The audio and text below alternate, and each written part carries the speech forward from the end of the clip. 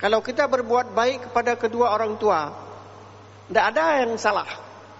Tidak ada yang bertentangan dengan peraturan-peraturan yang ada dalam masyarakat.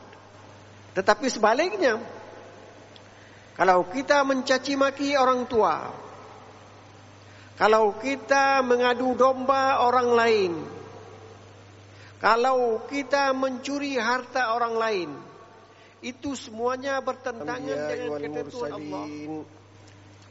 Wa ala alihi wa ashabihi ajma'in. Ashhadu an la ilaha illallah rabbul alamin. Wa ashhadu anna sayyidana Muhammadan sayyidul anbiya'i wal mursalin. Allahumma salli ala sayyidina Muhammad wa ala alihi wa ashabihi ajma'in. Ibadallah, hadirin hadirat peserta halaqah maghrib pada Masjid Raya Baitur Rahman yang kita cintai ini, para pendengar radio Baitur Rahman, para pendengar radio Republik Indonesia Banda Aceh, para pendengar Serambi FM, para pendengar TV Baitur Rahman melalui YouTube, dan para pendengar radio-radio lainnya yang turut serta menyebarluaskan halaqah maghrib yang berasal dari Masjid Raya Baitur Rahman yang kita cintai ini. Marilah kita panjatkan puji dan syukur kepada Allah Subhanahu wa taala yang telah memberi kesempatan hidup kepada kita sampai dengan pada waktu yang berbahagia ini.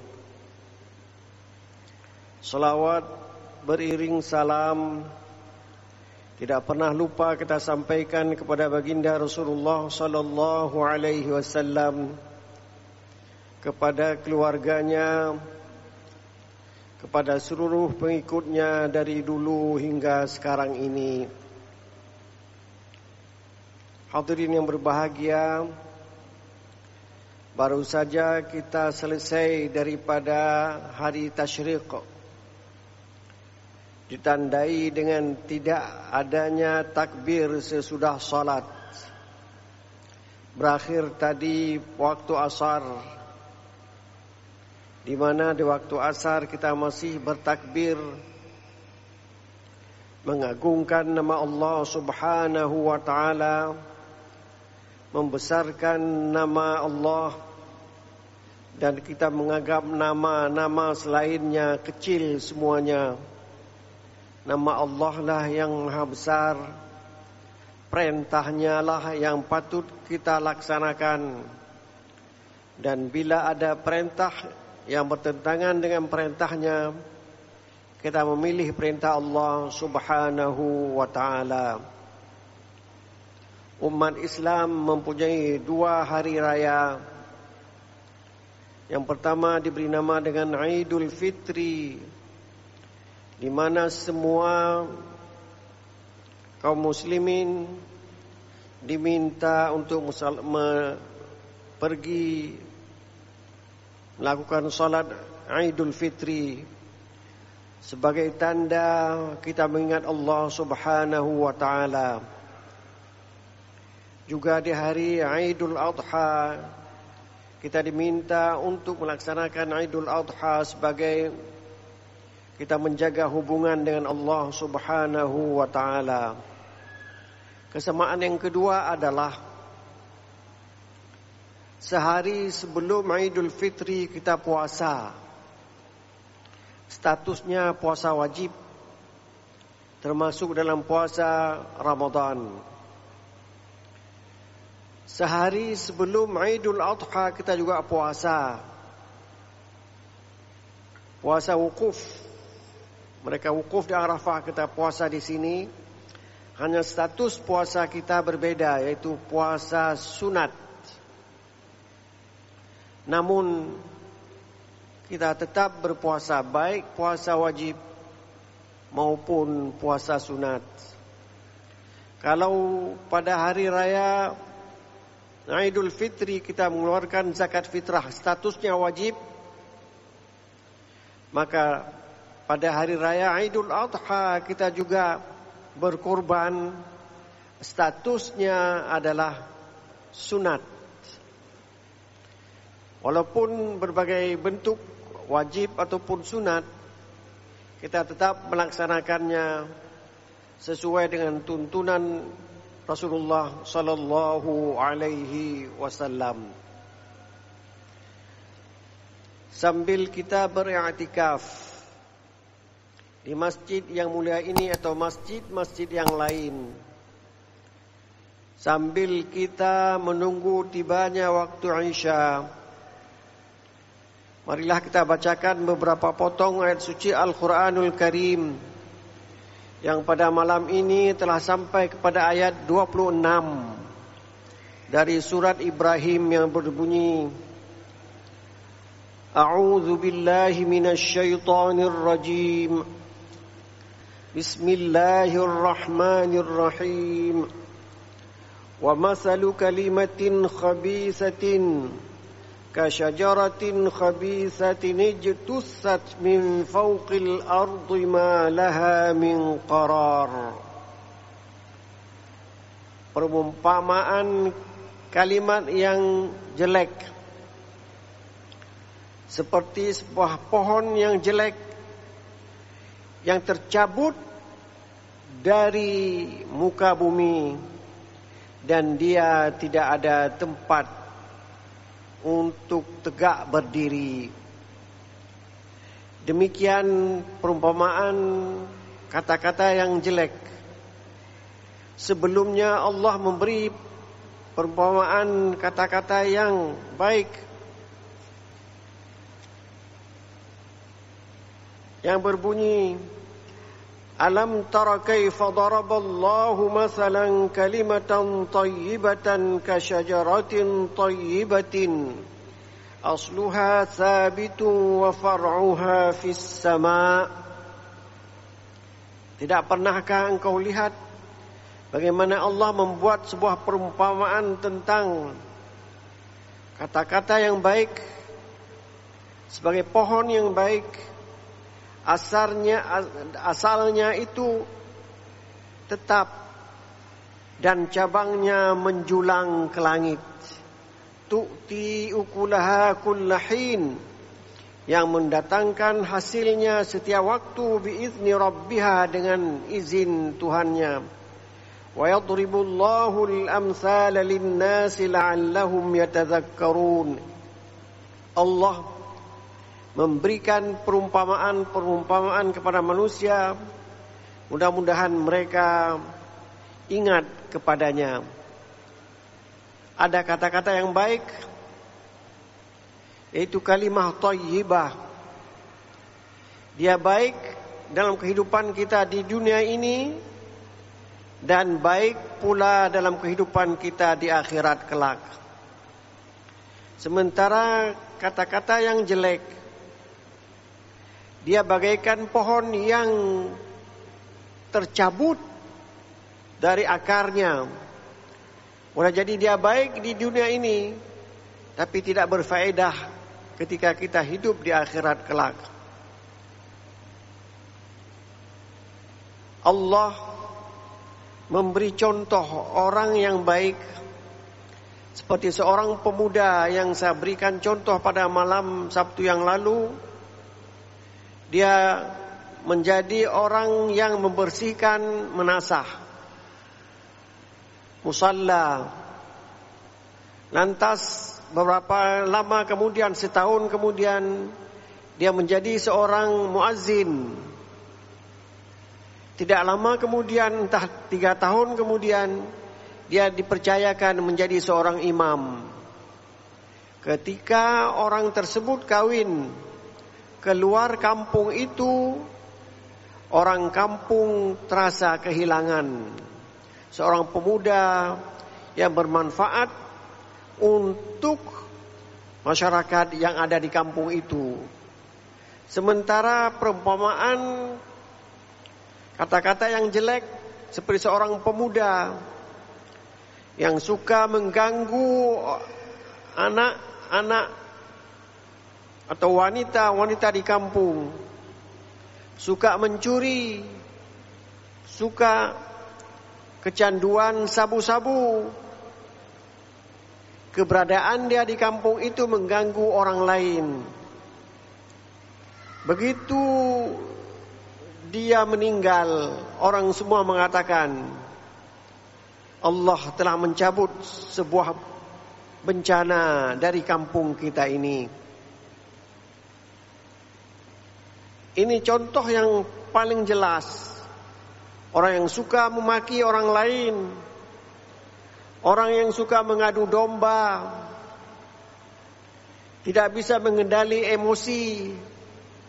Orang-orang ini bagaikan pohon yang jelek, yang tercabut akarnya dari dasar bumi. Dia hanya bermanfaat di dunia ini kalau ada manfaat, dan dia pasti tidak bermanfaat dalam kehidupan di akhirat. Allah memberi penjelasan selanjutnya. Yuthabbitullahu alladhina amanu bil qawli tsabit fil hayatid dunya wa fil akhirah wa yudhillullahu adh-dhalimin wa yaf'alullahu ma yasha'. Allah memberi ketetapan kepada orang-orang yang beriman dengan qaul tsabit, kalimat la ilaha illallah. Di dunia ini dia bermanfaat kehidupan seseorang di dunia ini dengan kalimat thayyibah itu. Paling tidak ketika dia sakratul maut, malaikat mencabut nyawanya, dia dalam keadaan dia bahagia karena diridhai oleh Allah Subhanahu wa taala. Berbeda dengan orang yang berbuat jahat. Ketika malaikat datang ingin mencabut nyawanya, malaikat itu berbentuk orang yang paling jahat, yang paling kejam.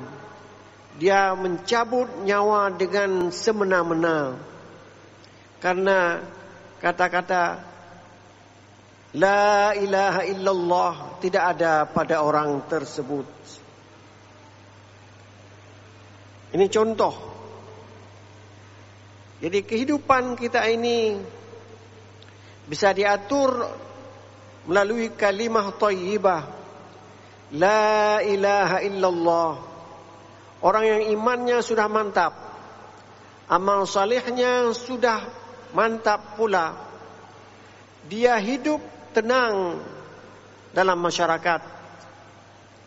Walaupun manusia itu terus berubah, tapi perubahan dia tidak membawa kepada hal-hal yang membuat Allah murka kepadanya. Boleh jadi dia berubah, dulunya dia jalan kaki, kemudian berubah dengan naik sepeda, berubah lagi dengan naik sepeda motor, berubah lagi dengan membeli mobil dan sebagainya.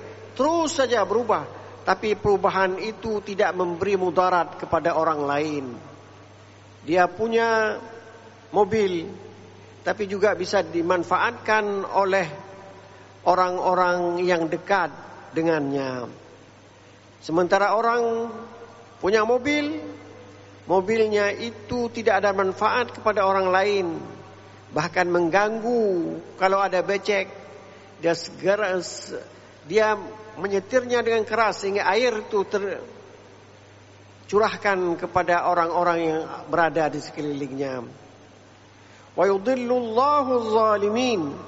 Orang yang zalim, yang menyuruh seseorang bekerja di rumahnya, tapi dia tidak beri ongkos sesuai dengan ketetapan yang berlaku dalam masyarakat.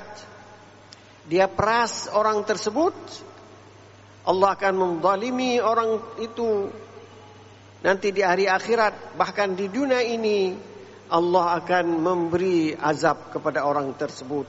Wa yaf'alullahu ma yasha, dan Allah akan mengerjakan apa yang Dia kehendaki. Kalau orang berbuat jahat, pasti kejahatan yang akan dibalasnya. Hadirin hadirat yang dirahmati Allah, seorang ahli tafsir menulis, anna Allah Ta'ala innama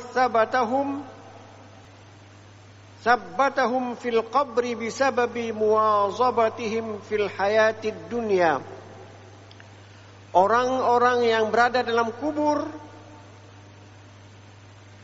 ditetapkan keimanan mereka karena mereka selalu di dunia ini mengucapkan kalimah thayyibah la ilaha illallah.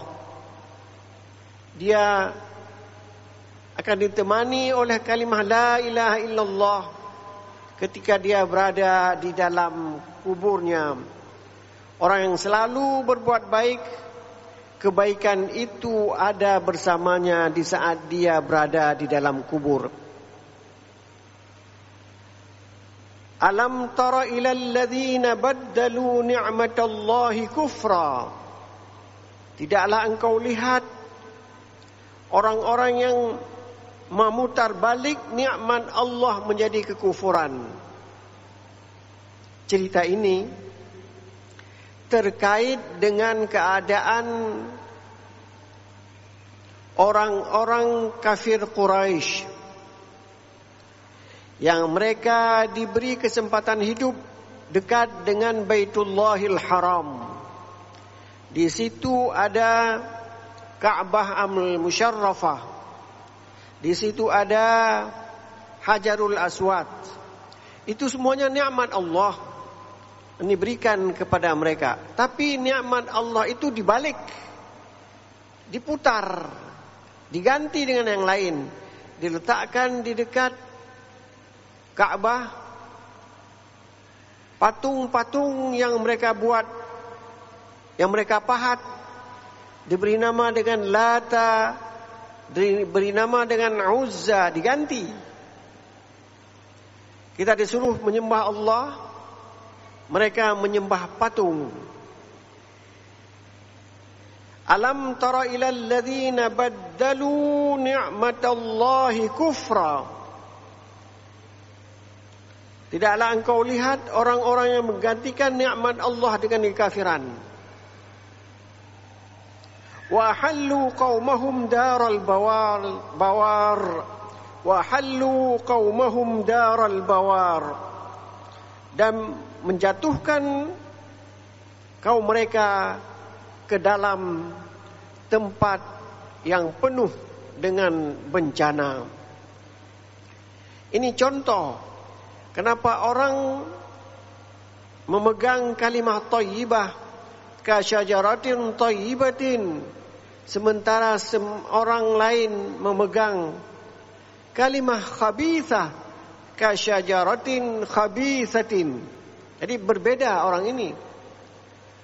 Orang yang diazab oleh Allah, pertama, karena mereka menggantikan nikmat Allah dengan kekufuran.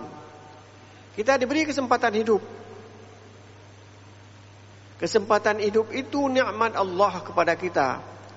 Kita menghirup udara. Udara itu ciptaan Allah. Tapi sesudah kita menghirup udara Allah, kita tidak menyembahnya.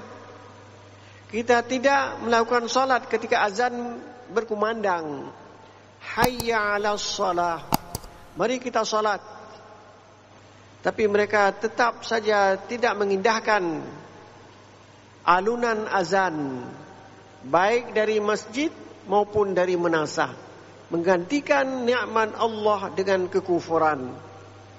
Wa hallu qaumahum daral bawar, dan menjatuhkan orang lain istri dan anak-anaknya ke dalam kehidupan yang penuh dengan bencana.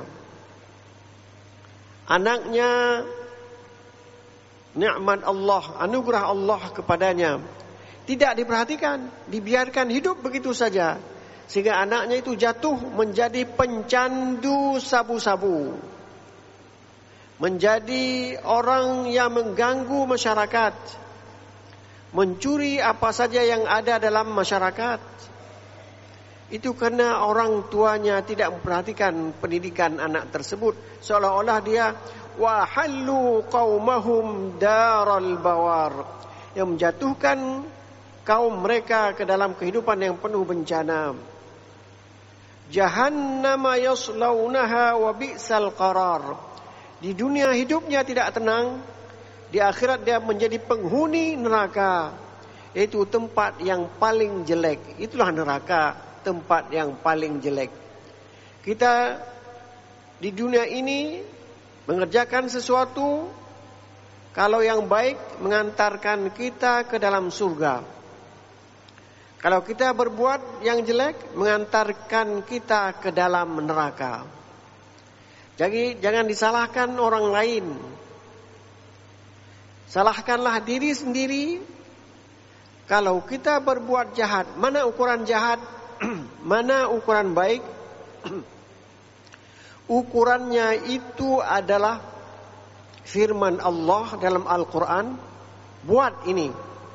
Aqimus salah. Dirikanlah salat itu baik. Wa atuz zakah.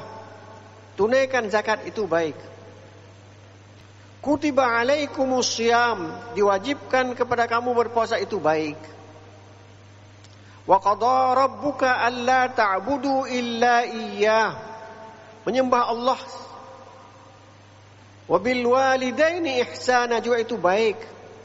Itu mengantarkan kita ke dalam surga. Di dunia kita hidup tenang. Kalau kita berbuat baik kepada kedua orang tua, tidak ada yang salah. Tidak ada yang bertentangan dengan peraturan-peraturan yang ada dalam masyarakat. Tetapi sebaliknya, kalau kita mencaci maki orang tua, kalau kita mengadu domba orang lain, kalau kita mencuri harta orang lain, itu semuanya bertentangan dengan ketentuan Allah dan juga bertentangan dengan ketentuan dalam masyarakat. Orang tidak tenang dengan tingkah laku orang ini, dan orang itu calon penghuni neraka. Jadi itu kesalahan pertama. Kesalahan pertama adalah menggantikan nikmat Allah dengan kekufuran. Itu satu. Kedua, sesudah dia sesat, dia menyesatkan orang lain lagi. Ini bahaya. Saya misalnya sudah kena sabu-sabu. Mula-mula sabu-sabu itu saya berikan kepada teman saya gratis. 2-3 hari dia kecanduan dengan sabu-sabu, hari yang keempat dia harus beli sendiri. Jadi dia sudah sesat, menyesatkan orang lain lagi. Jadi dua sifatnya. Sifat pertama tadi menggantikan nikmat Allah dengan kufuran. Kedua, sesat menyesatkan orang lain lagi. Ketiga, waja'alu lillahi andada, menjadikan sekutu kepada Allah Subhanahu wa ta'ala. Dia salat pada waktunya, tapi dia percaya kepada peredaran matahari. Kalau matahari begini maka akan terkutuk. Kalau begini maka itu. Kalau dia mau pergi kepada sesuatu, dia lihat dulu macam-macam. Nah, itu kita percaya kepada makhluk Allah. Kita tidak percaya kepada Allah semata-mata. Jadi kita diminta seperti orang-orang di Mekah dulu. Kalau mereka mau pergi ke sesuatu tempat, dia pergi dulu ke Baitullah. Dia berdoa kepada Lata dan Uzza. Kalau ada sinyal untuk pergi, ya pergi dia. Kalau tidak, tidak pergi. Padahal Allah telah mengatakan, bertawakkallah kepada Allah dan jalan. Bismillahi tawakkaltu ala Allah. Terus jalan. Dengan nama Allah dan saya bertawakal kepada Allah. Tentunya kita bertawakal artinya hati-hati. Kalau menyetir mobil, hati-hati. Kalau ada lampu merah, kita berhenti. Jangan ada lampu merah, kata ini bertawakal langsung. Tidak. Kita harus berhenti kalau sudah ada lampu merah. Nah, begitu dah tawakal. Jadi tidak perlu tanya kepada ini, kepada itu. Kita terus berpegang kepada ketentuan Allah Subhanahu wa ta'ala. Kalau kita berpuasa, terus berpuasa. Ketentuan Allah, kalau hari tasyrik kita tidak boleh berpuasa, maka kita tidak berpuasa. Tidak perlu tanya sama orang apa ini, apa begitu. Tidak. Ketentuan Allah itulah yang kita turut dalam kehidupan ini. Waj'alu lillahi andada liyudillu an sabilihi. Mereka menjadikan sekutu-sekutu kepada Allah untuk menyesatkan orang dari jalan Allah. Dari jalan itu banyak. Zulumat itu banyak. An-Nur itu satu. Selain An-Nur semuanya zulumat. Jadi An-Nur itu dalam bentuk mufrad, dalam bentuk satu, dia satu saja jalan. Zulumat dalam bentuk jamak, dia banyak. Tidak boleh berzina, tidak boleh misalnya mencuri dan seterusnya. Itu jalan-jalan yang tidak diridhai oleh Allah Subhanahu wa ta'ala. Kalau kita keras kepala juga, orang sudah mengatakan itu salah. Jangan minum sabu-sabu. Minum juga terasa enak. Wah, saya ini kalau tidak ada sabu-sabu tidak bisa hidup ini. Kalau sudah setiap hari ada sedikit dah cukup tuh. Qul tamatta'u. Katakanlah Muhammad, bersenang-senanglah dengan sabu-sabu. Fa inna masirakum ilan nar. Tempat yang menunggu kalian adalah api neraka. Di dunia dia mendapat api neraka, di akhirat pasti dia mendapat api neraka yang lebih panas lagi. Sebenarnya Allah menciptakan kita dan sudah mengatur bagaimana kita ini menjalani kehidupan. Tapi kita kadang-kadang tidak mau mengikuti apa yang termaktub dalam Al-Quran. Kita ingin memikir sendiri. Kita pikir belum tentu betul. Boleh jadi pikiran kita salah, maka kehidupan kita akan salah pula. Allah mengatakan, Quran itu hudal linnas, petunjuk kepada umat manusia, baik kafir maupun mukmin. Bermanfaat Al-Quran ini. Misalnya apa? Minum, makan, tapi jangan berlebih-lebihan. Orang mukmin makan berlebih-lebihan sakit. Orang kafir makan berlebih-lebihan juga sakit. Berguna. Tapi hudan lil muttaqin, petunjuk kepada orang bertakwa, ini khusus kepada orang-orang yang beriman saja. Pertama, kalau mau salat, berwudu dulu. Kalau salat zuhur 4 rakaat. Kalau salat asar 4 rakaat. Jadi diberi petunjuk. Jangan kita salat semau kita, tidak. Kita harus tahu dulu bagaimana cara salat itu. Itu namanya hudan lil muttaqin.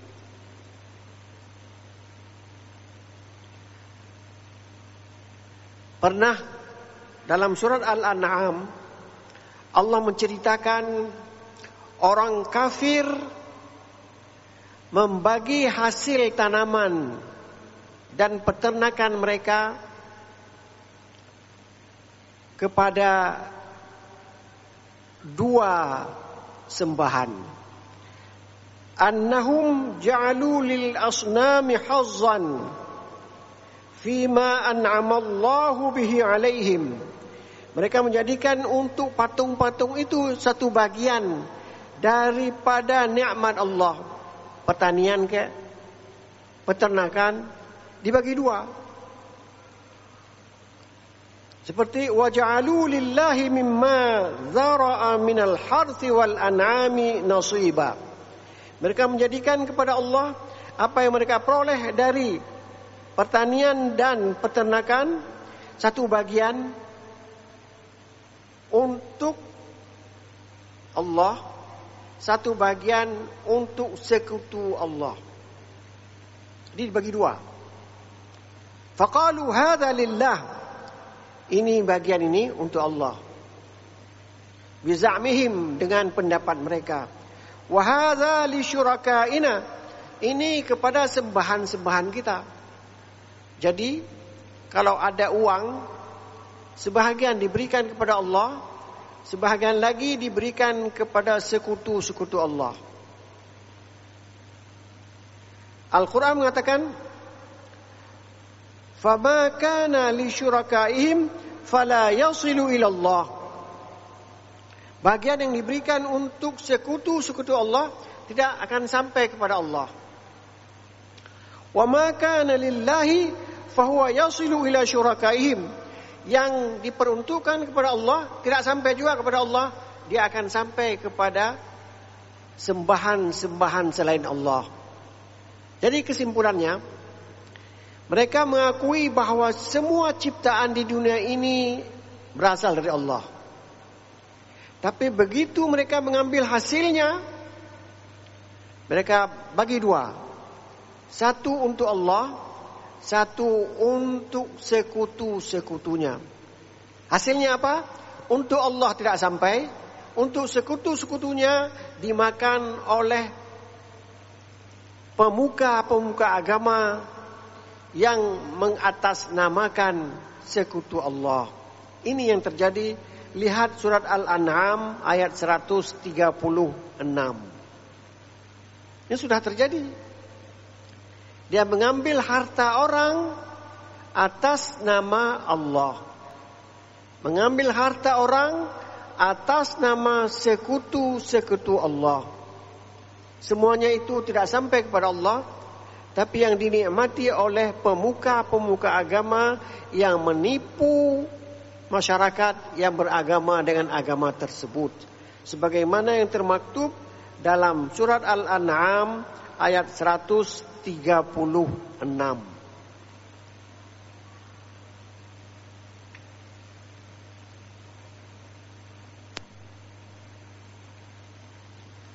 Lantas Allah memberi arahan. Kalau dalam kehidupan kita ini manusia sesat dan menyesatkan orang lain, ini berbahaya. Ada orang sesat menyesatkan orang lain. Kita ini bagaimana ini? Mana kita ikuti? Qul, katakan ya Muhammad, li'ibadiyalladzina amanu yuqimus salata wa yunfiqu mimma razaqnahum sirran wa alaniyah. Katakan Muhammad kepada hamba-hambaku yang beriman, hendaklah mereka melaksanakan salat. Jadi salat ini memberi pahala untuk kita dan menjaga kehidupan kita di dunia ini. Innas salata tanha 'anil fahsya'i wal munkar. Salat yang betul, syaratnya syarat yang betul, dapat mencegah orang yang melaksanakan salat dari fahsya. Fahsya itu perbuatan-perbuatan yang ada kaitannya dengan zina.